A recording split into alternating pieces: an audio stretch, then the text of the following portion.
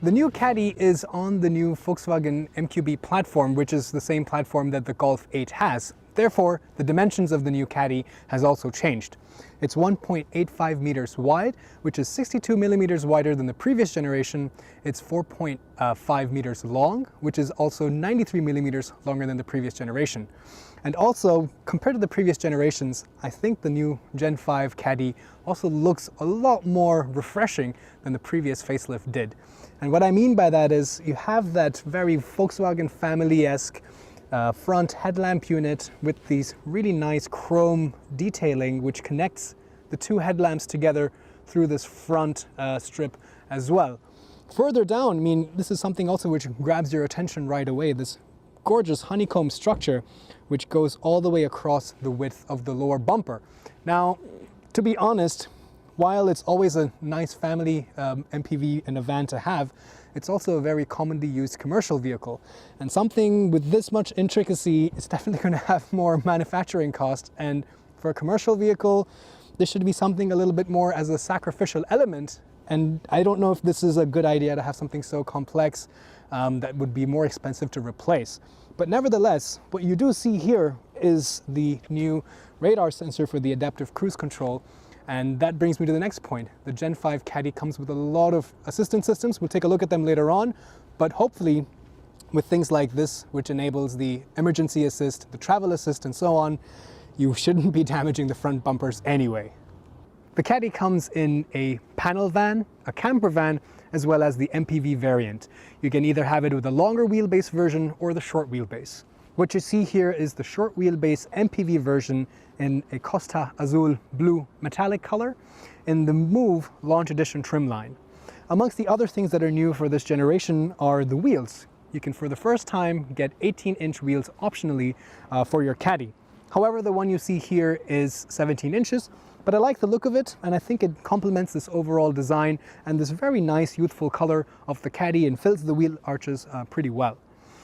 Another thing that they've really worked on for this new generation is the aerodynamics. So they claim that with the new engine, and we'll talk about the engines later on, and this new aerodynamic design, the Caddy is now up to 12% more efficient, and we'll test that out once we get driving on the road. What I also like about this new trim line is the fact that you have things like contrasting outside rear view mirrors here in glossy black, a nice gray metal finish, roof rack as well. You might also be happy to hear that, of course, the front suspension is McPherson strut, but while the rear axle retains its solid axle configuration, you now have coil springs, so the handling is supposed to be a little bit better, as well as retaining that load-bearing capacity.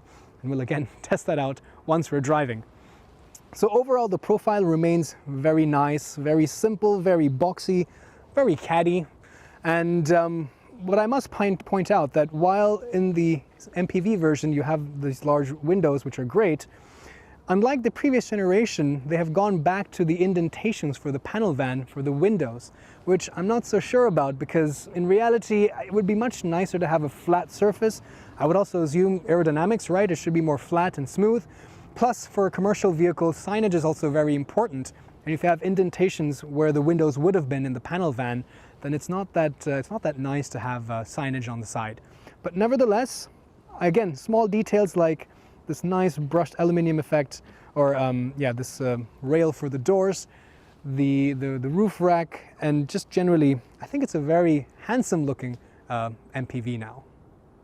Here at the back of the Caddy, I really like this new design. I think it's very similar to the rest of its family in the modern generation. So I see a little bit of the Volkswagen Up in this design. I see a little bit of the T-Cross in the tail lamp design, and it really pops. You have, of course, this LED, but you also have chrome with the nice signature on the inside. Just these little details, which it makes you feel happy when you look at it, I would say. Also the contours, like there's a lot of little contours and angles here. It also tucks in below this, so it looks really nice. And this, of course, has a huge opening. So it's bigger than my apartment door. It's like a garage door, really. But of course, this is to enable you to easily load in items. And now, because of the newer dimensions, you can load 2 Euro pallets inside the Caddy. So this long and completely openable rear hatch enables easy access to that.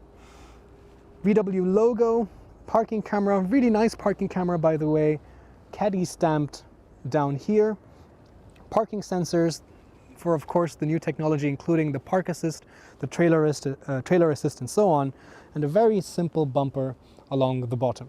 So overall, I like the design, but what about you guys? Let me know in the comments below. All right, let's take a look. First of all, check this out. Soft close in a Caddy, that's nice. Again, huge door, but of course, thankfully, very powerful pneumatic struts as well. If we get rid of the parcel shelf, voila. This is an MPV and space is what it's all about. So let's talk numbers. 3.1 cubic meters in the short wheelbase when you have everything out, and 3.7 cubic meters in the long wheelbase version. You can also get this as a 7-seater, but as you can see, obviously we only have the 5-seater version, but there would be an additional set of 2 seats which pop up like this, which in the short wheelbase version will not really give you much trunk volume. So if you're interested in having a short wheelbase 7-seater, make sure you go to the showroom and check out, how the trunk looks, and make sure you're satisfied with the limited space. But nevertheless, some cubby holes over here, a very flat rectangular loading area. There's no, the wheel arches don't impede, so it's a very usable space. In this MPV version, you have nice felt lining, carpet all along, but you'll have a more rugged paneling and floorboards in the panel van. You have a lot of tether points that you can, secure these items away. You have a mesh as well if you have tall items stacked up, that when you brake, those items don't go flying into the cabin and hit the back of the head of the person sitting inside. And of course, you can also tumble the seats down and you can remove the seats altogether.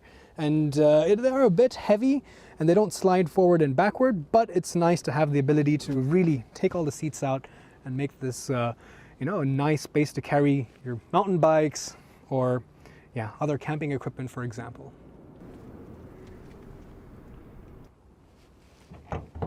All right, does it have pneumatic struts? No, so you got to do it the old-fashioned way. But anyway, let's talk about engines, shall we? At launch, you only have the one 2-liter TDI option available. So that's the 2-liter turbocharged 4-cylinder diesel engine. You can have this in different states of tune.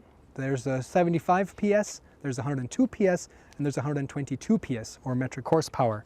This is a 122 PS version of that engine. This comes with either a 6-speed manual or the new shift-by-wire dual-clutch 7-speed DSG.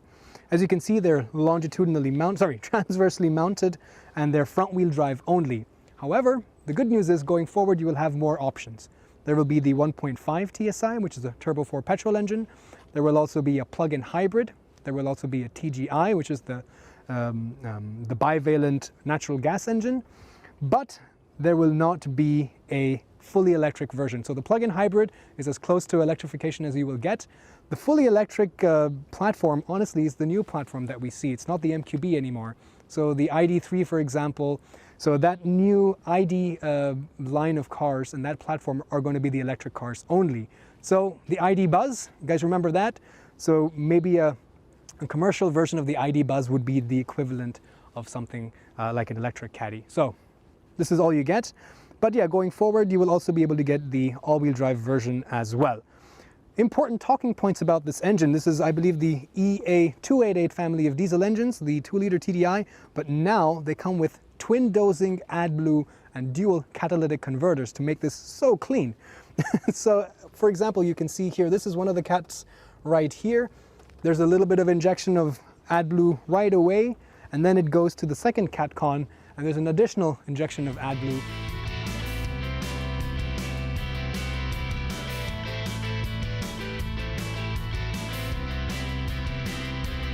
All right, let's take a look at the key fobs. Very familiar with the Golf 8 and the Cupra Formentor I just saw a couple weeks ago. And again, these are real buttons below the silicone casing, but this is a little bit more familiar. This is pretty much the same as the last generation's auxiliary heater controller. Nevertheless, keyless entry, so I put it in my pocket, approach the car, touch the door handle, and it unlocks for me. The door is really nice and tall, with this tall body, gives you really good ingress. If we look at the door itself, The materials are, well, fairly hard, I would say. While the entire panel itself has a little bit of squidginess to it, the surface is quite hard, but you do get some different patterns. So there's a little bit of a texture here, a different pattern down here, albeit in the same color. Further down though, however, you do have soft touch material, so this is nice. There's a textile material and some sponge or some cushioning here for your elbow. Familiar switchgear and a large door pocket. Now, if you were to look inside, this is where the biggest change is apparent. First of all, I really like the little touches like the top of the dash where you have a place to drop in your clipboard as a commercial vehicle, or just to drop some keys, your gloves. Very useful, and even for a personal usage, a consumer version of this MPV, it's also useful to keep some, your phone and stuff like that. But ultimately, the new generation brings with it new technology, and we see that right away with the virtual cockpit, the digital cockpit, as well as the new 10-inch touchscreen. The steering wheel as well as the new steering wheel that we've seen before, which I really like. And the seats as well are a lot more familiar, but I do like this textile pattern. It's always nicer to have, and I do appreciate that little bit of blue piping in the stitching, which kind of complements the color that we saw on the outside. Getting inside, well, because of this tall ingress, it's very easy. I don't have to stoop down too low, and a very low floor also means that I don't have to climb over the sill. The seating position is fairly upright. I have kept the seat pretty low, but as you can see, the railing is over here and the footwell drops a little bit below. But again, it's an MPV, it's not a Golf, and I have a very commanding view. There's a large panoramic roof on the inside, which we'll see in a minute. And yeah, a lot to talk about this new technology, so hop inside and we'll take a closer look. All right, let's first take a look at the steering wheel. We have the new steering wheel here with the new logo, the new texture. It feels nice, it looks premium, and feels really good to touch. But what's not so new are the stalks. They're fairly familiar, but nevertheless, I like that there's a little bit of familiarity as well. The steering wheel itself has a lot of controls. All of this is to control your digital cockpit, and this is here to control the assistant systems. So speaking of the digital cockpit, again, we're familiar with the system. There is a plethora of options, but generally the best way to handle this is to spend a couple hours when you get the car, or a couple days rather, and decide what you like where and set it up, and then not really have to keep worrying about it. So in that way, you can change what you see on the individual sections of the digital cockpit. So on the left section, you can say, I want to see the fuel gauge or the AdBlue range or the operating temperatures or the consumptions and so on. So you can have the different, you can have this on the left-hand side, and on the right-hand side, for example, you can say, I want the speed, the time, my audio or telephony, and so on and so forth. So once you have that set up, then you can toggle between the overall view by pushing on the button on the steering wheel here. So now I continue to have what I've selected, but the whole screen itself is now the navigation map. And then I can go into this view, which has the assistant systems, for example. And therefore, once I set up what I want to see on each side, I can just toggle really quickly between these three views. So ultimately, it's nice to have the ability to change the things that you want to change, and therefore be able to have a little bit more control. I also like the fact that the light control buttons are on the top here. Usually in the Golf and, for example, the Cupras and the Seats and Skodas are further down, which is a little bit hard to see. And since there are no buttons, again, these are all capacitive, it's hard to see what you're pressing. Whereas now it's right on the top, along the line of the digital cockpit. In fact, a little bit higher, so it's always easy to press the light switches.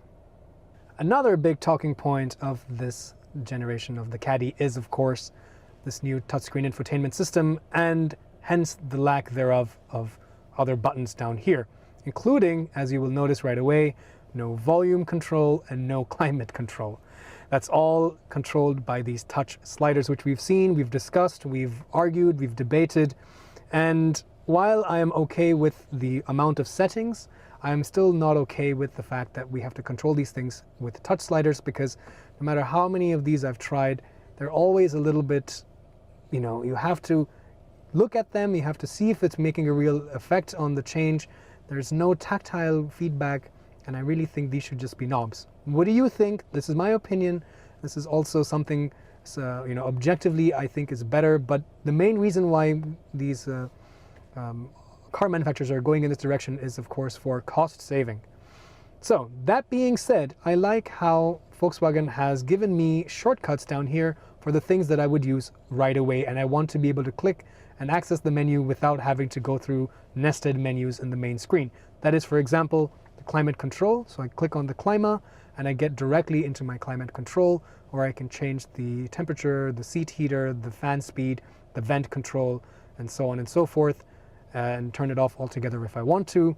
I can click on this button here to go directly to the park menu with the park assist, the park distance control, which is the parking sensors, as well as go directly to my assistance systems.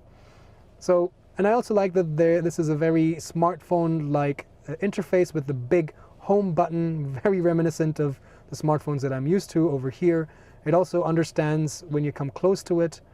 Also, you have a drawer on the top with some notifications and quick settings, and the main screen gives you access to a bunch of menus, as well as your home page, which you land on, can have a collection of important things you like to see, like a mini map over here, your audio control, vehicle status, and phone status. So this is probably the best screen to be driving around in most of the time, and you can always slide back and forth to see the detailed settings very easily.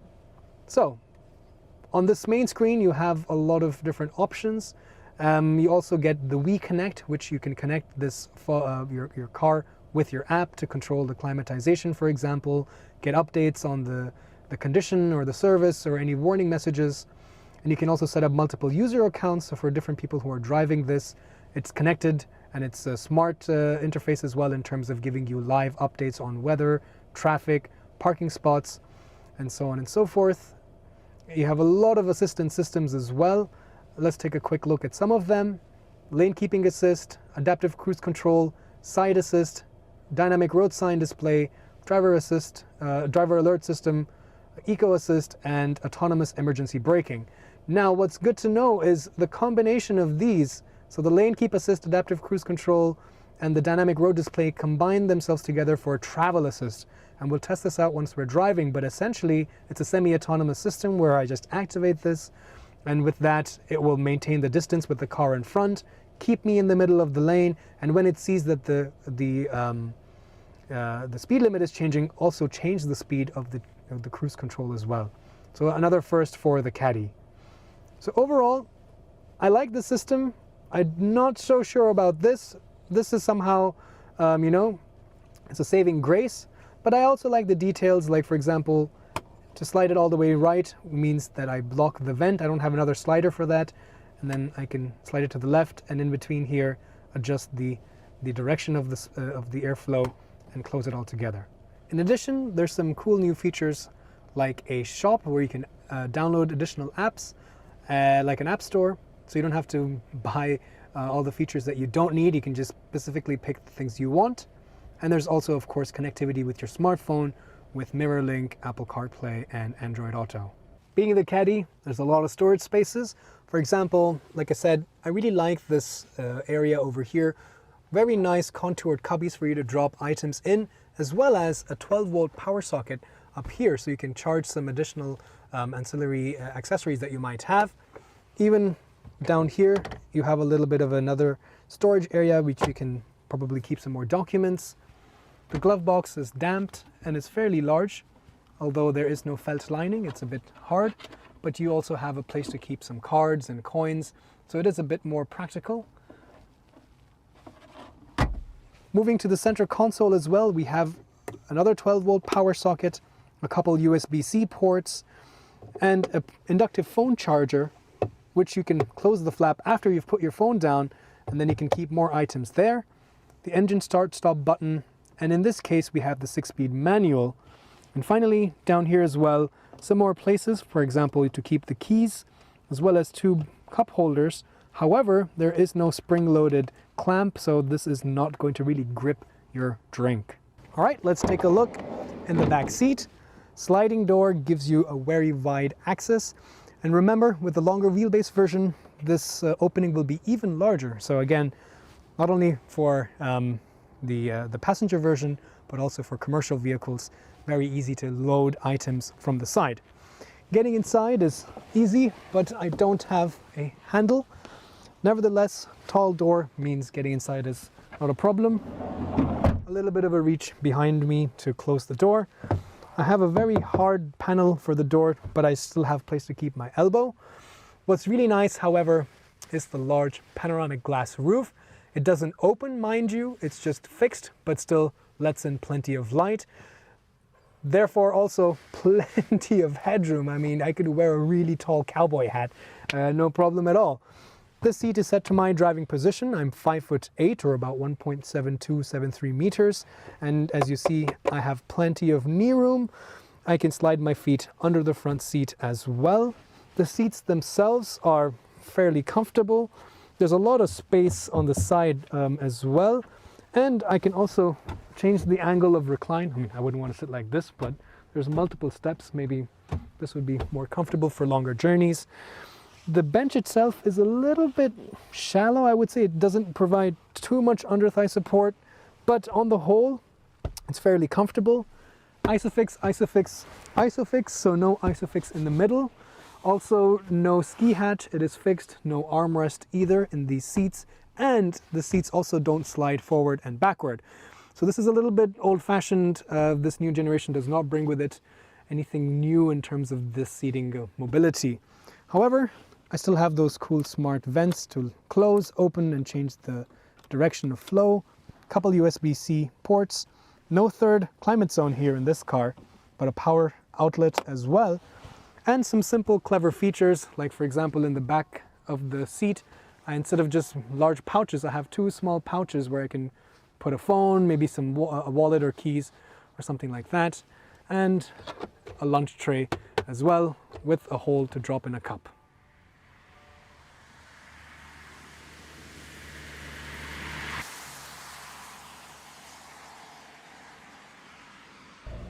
Finally, the